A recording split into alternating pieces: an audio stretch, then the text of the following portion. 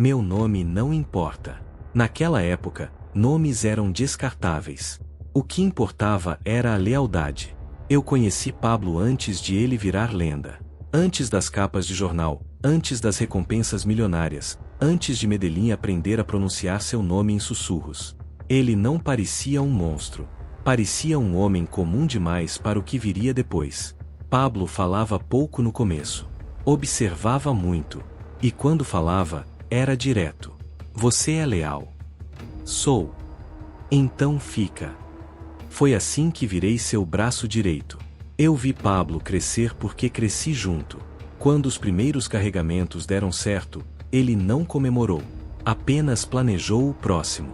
O dinheiro começou a entrar em volumes que nenhum de nós sabia contar. Guardávamos em galpões, enterrávamos em fazendas, escondíamos em paredes. Parte apodrecia, parte sumia. Pablo não ligava. Dinheiro é ferramenta, não troféu. O poder veio antes da fama. Policiais obedeciam. Juízes hesitavam. Políticos sorriam demais. Medellín virou território nosso sem que fosse preciso declarar guerra. Mas havia algo em Pablo que sempre me deixou alerta. Ele precisava ser amado. Quando começou a construir casas para os pobres, muitos acharam que era marketing. Não era só isso. Pablo queria que o povo olhasse para ele e dissesse: esse é um de nós. Eu estive com ele nas vielas, entregando chaves de casas, abraçando mães chorando. E depois, na mesma noite, autorizando execuções. Essa contradição nunca o incomodou. O Estado mata de terno. Eu mato de frente.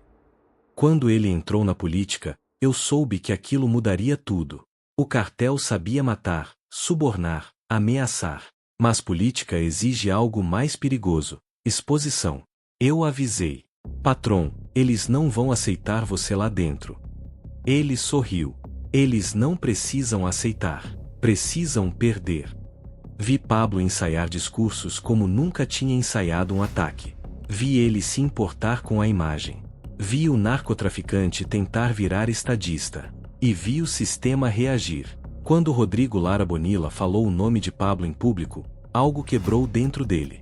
Não foi raiva. Foi humilhação. E Pablo não perdoava a humilhação.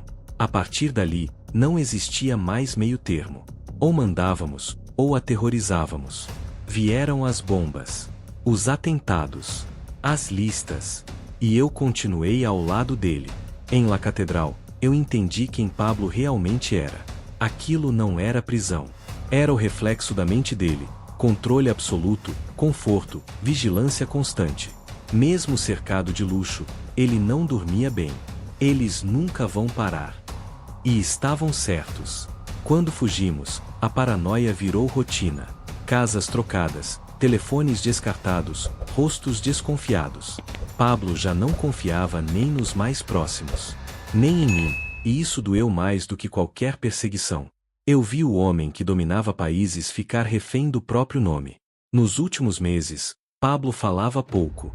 Pensava muito. Às vezes olhava para os filhos em silêncio. Ali, pela primeira vez, ele parecia cansado. Não arrependido. Cansado. No dia em que ele morreu, eu não estava lá. Talvez isso tenha me salvado. Talvez tenha sido minha condenação. Quando ouvi a confirmação, não comemorei. Não chorei. Apenas sentei. O império tinha acabado. E nós também. Hoje, quando contam a história de Pablo Escobar, falam de monstros, cifras e sangue. Poucos falam do homem que eu conheci, brilhante, cruel, carismático, inseguro e incapaz de parar. Eu fui o braço direito. Carrego o peso disso todos os dias. E essa é a verdade que ninguém contou. Depois que Pablo decidiu entrar para a política, nada mais foi simples. O cartel já não era apenas um negócio, era um organismo vivo, pulsando dia e noite. Cada avião que decolava da selva carregava mais do que cocaína, carregava a ilusão de que éramos intocáveis. Eu via Pablo mudar. Não por fora, por dentro. Ele começou a dormir pouco. Caminhava pela casa como um general em território inimigo, mesmo estando cercado por homens armados. Conferia mapas, lia jornais estrangeiros, pedia relatórios que ninguém mais entendia. O poder começava a cobrar seu preço.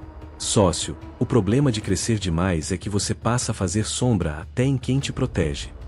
O cartel de Medellín já não respondia apenas a Pablo. Ele era o cartel. Bancos, juízes, policiais, militares, empresários, todos orbitavam em torno do dinheiro que saía de suas mãos.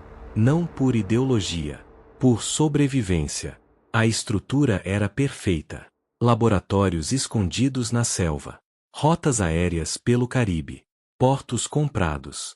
Funcionários do Estado na folha de pagamento. Nada se movia sem que soubéssemos.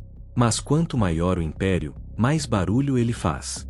E o barulho começou a incomodar gente perigosa. Não traficantes, estados. Os americanos passaram a pressionar a Colômbia. Queriam extradição. Queriam cabeças. Queriam um símbolo para exibir como troféu. E Pablo entendeu rápido: se fosse enviado aos Estados Unidos, estaria morto em vida. Aqui eu ainda mando. Lá, eu viro exemplo. Foi nesse clima que Rodrigo Lara Bonilla entrou de vez no radar. O ministro da Justiça não tinha preço. Isso, por si só, já era uma provocação. Enquanto outros políticos aceitavam dinheiro ou silêncio, Lara falava demais. Investigava demais. E pior, convencia pessoas. Quando Lara citou o nome de Pablo no Congresso, eu estava ao lado dele. Vi o rosto endurecer. Não houve grito. Não houve fúria explícita. Apenas silêncio. E Pablo em silêncio era sempre o pior sinal. Ele acabou de escolher o destino dele. Não foi uma ameaça. Foi uma constatação. O assassinato de Rodrigo Lara Bonilla mudou tudo. Aquele tiro não matou apenas um homem, matou qualquer chance de retorno à política.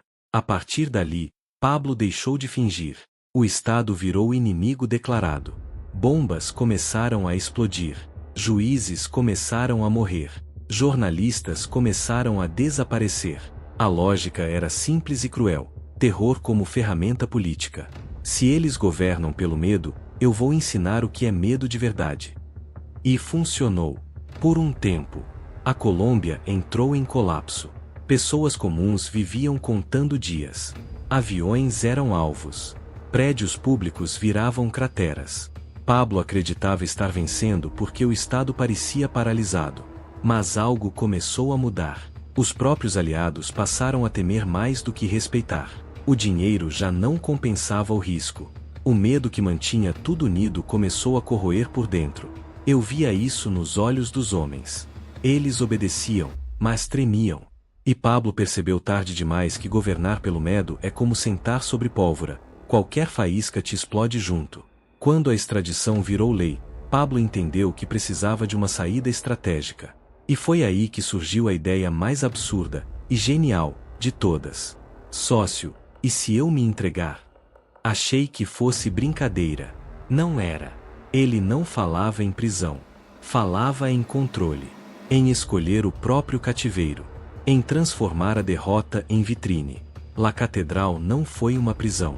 Foi um acordo com o diabo, e o diabo era o Estado. Enquanto o mundo acreditava que Pablo estava atrás das grades, eu via receber visitas, comandar execuções, negociar carregamentos. Futebol, churrasco, festas. Tudo sob o disfarce de reclusão. Preso é quem perde poder. Eu só mudei de endereço. Mas o orgulho sempre foi o maior inimigo de Pablo Escobar. Quando a imprensa revelou o que La Catedral realmente era, o governo foi humilhado. E governos humilhados reagem com força cega. A ordem veio: transferência imediata. Naquela noite, eu sabia que tudo tinha acabado. Pablo também sabia. Eles esqueceram uma coisa: sócio, eu sempre penso na saída antes de entrar. O túnel já estava pronto. A fuga, planejada. A guerra, recomeçava. Quando Pablo desapareceu nas montanhas, deixou para trás mais do que uma prisão falsa. Deixou o último vestígio de controle institucional. A partir daquele momento, ele não era mais um homem poderoso negociando com o Estado. Era um fugitivo. E fugitivos não constroem impérios. Eles apenas tentam não morrer. Depois da fuga de La Catedral, Pablo Escobar deixou de ser um homem cercado de luxo e passou a ser um nome sussurrado com medo. A Colômbia inteira se transformou em um tabuleiro, e cada rua de Medellín virou uma possível armadilha. O governo criou o bloco de búsqueda. Não era polícia comum. Eram homens treinados para matar ou morrer. Não buscavam justiça, buscavam resultado. Do outro lado, surgiram os Los Pepes. Ex-sócios, inimigos antigos, famílias destruídas. Todos unidos por um único objetivo: apagar Pablo Escobar do mapa. Pela primeira vez, o patrão estava cercado por inimigos que não queriam negociar. Eu vi Pablo mudar mais uma vez. A arrogância deu lugar à desconfiança. A confiança virou paranoia. Ele trocava de esconderijo constantemente. Dormia poucas horas. Comia pouco. Andava armado o tempo todo. O homem que mandava exércitos agora fugia com poucos homens de confiança. Sócio, no fim, o poder sempre cobra a fatura. As ligações eram curtas. Os encontros, raros. Cada rosto novo era visto como ameaça. Pablo já não confiava nem nos antigos. Muitos desapareceram. Alguns morreram. Outros simplesmente sumiram do mapa. O dinheiro continuava lá, mas já não comprava tempo. Os Pepes começaram a atingir o que mais doía: a família. Casas explodidas. Parentes ameaçados. Amigos de infância assassinados.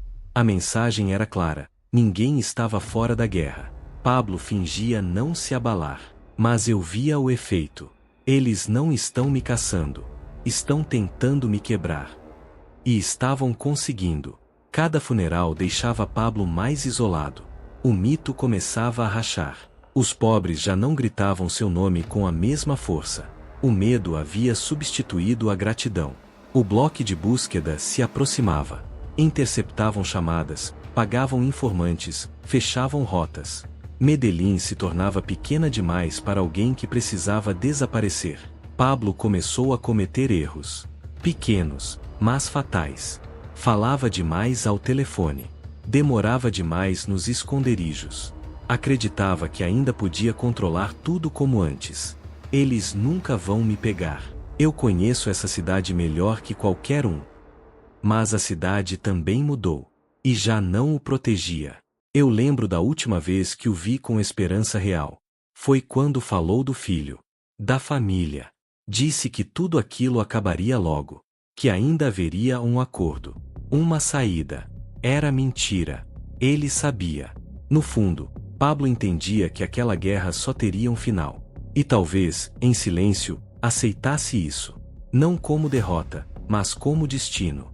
Sócio, homens como eu não morrem velhos. Os dias finais foram sufocantes. Ruas cercadas. Helicópteros sobrevoando. Informantes surgindo do nada. Cada ligação podia ser a última. No dia 2 de dezembro de 1993, o erro aconteceu. Uma ligação curta. Um descuido. O suficiente. Quando percebi que tinham localizado Pablo, já era tarde. O cerco fechava rápido. Não havia fuga. Não havia túnel.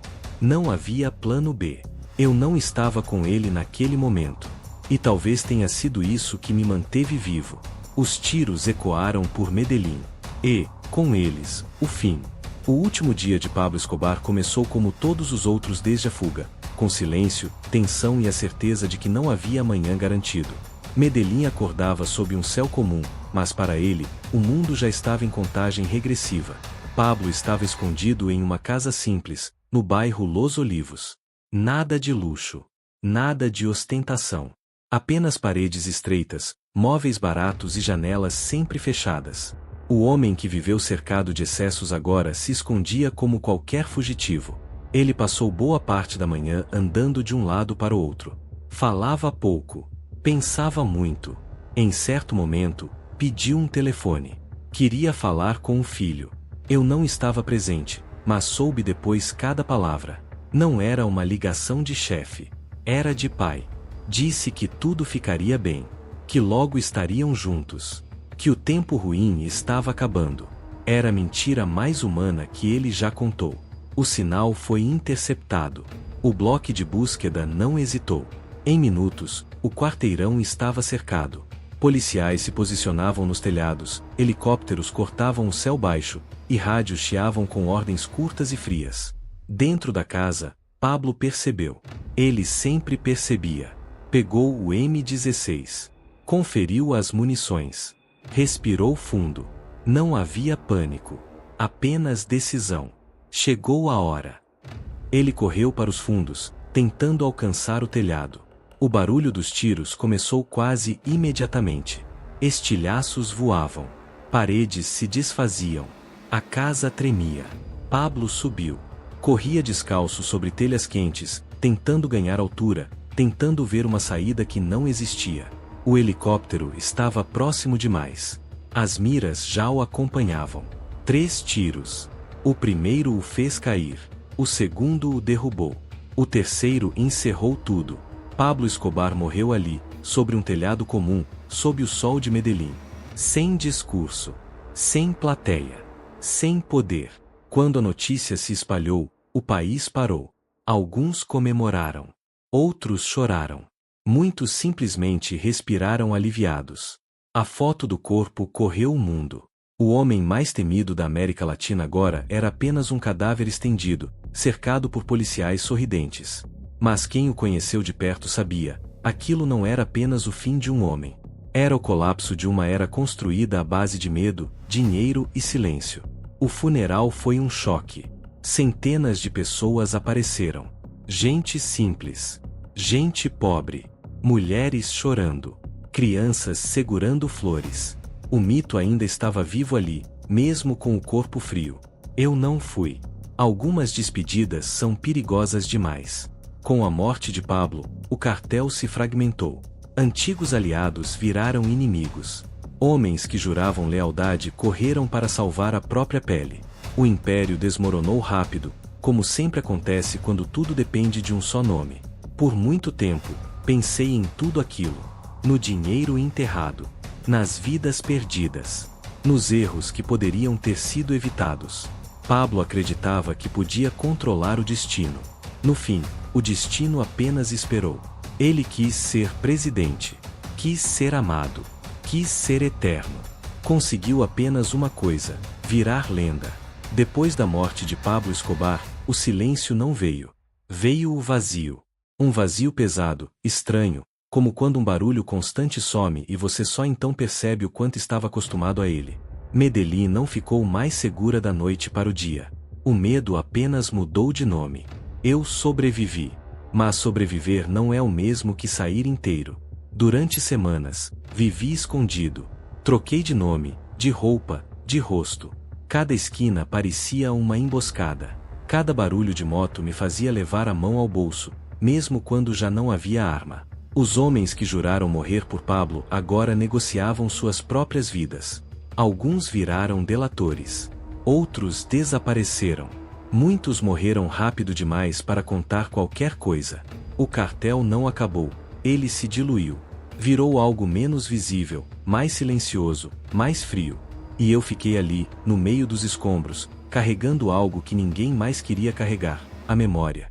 As pessoas perguntam se Pablo tinha consciência do mal que causava. A resposta não é simples. Ele sabia. Mas justificava. Pablo acreditava, de verdade, que era um produto da Colômbia. Da pobreza. Da desigualdade.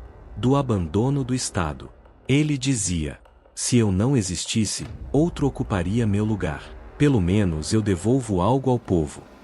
Esse pensamento o absolvia todas as noites. Eu o vi chorar poucas vezes. Quase nunca por mortos. Chorava quando se sentia traído. Quando o rejeitavam. Quando o poder escapava por entre os dedos. O dinheiro nunca foi o objetivo final. O dinheiro era só a prova de que ele podia tudo. A noite na selva, aquela em que quase fomos engolidos pela lama, mudou algo dentro dele. Ali, pela primeira vez, Pablo entendeu que o império não obedecia mais. Que a terra não se comprava. Que o medo não funcionava contra a natureza. Depois daquela noite, ele ficou mais duro. Mais violento. Mais paranoico. O Pablo que morreu no telhado não era o mesmo que sonhou ser presidente. Era um homem cansado. Encurralado. Vazio. Muitos acreditam que ele escolheu morrer. Eu não concordo. Pablo queria viver. Sempre quis. Mas viver do jeito dele. sem jaulas, sem ordens, sem ajoelhar. Quando isso deixou de ser possível, ele apenas seguiu até o fim lógico. Hoje, quando vejo documentários, séries, camisetas com o rosto dele, sinto algo estranho. Não é orgulho, não é raiva. É uma mistura amarga de realidade mal contada. Pablo não era herói. Também não era apenas um monstro. Era um homem que acreditou demais no próprio mito, e foi engolido por ele. E eu fui o braço que sustentou esse corpo enquanto ele corria. Fui o homem que empurrou quando ele caiu. Fui o silêncio quando ele precisava que ninguém soubesse. Carreguei armas. Carreguei dinheiro. Carreguei segredos. E hoje carrego lembranças que não cabem em lugar nenhum. Se você me pergunta se faria tudo de novo, a resposta honesta é: naquele tempo, sim. Hoje, não. O poder cega. A lealdade aprisiona. E o medo vicia. Pablo Escobar tentou dominar um país. Tentou dobrar o Estado. Tentou comprar a história. No fim, a história fez o que sempre faz. Esperou. Esperou ele ficar cansado. Esperou ele errar. Esperou ele acreditar que ainda controlava tudo. E então acabou. O império caiu. O mito ficou. E os homens que sobreviveram seguem vivendo com o peso. Essa é a parte que ninguém romantiza. Essa é a parte que não vira série. Essa é a parte que só quem esteve lá conhece. No fim das contas, quando as armas se calam e o dinheiro apodrece enterrado, sobra apenas isso: a memória, a culpa e o silêncio.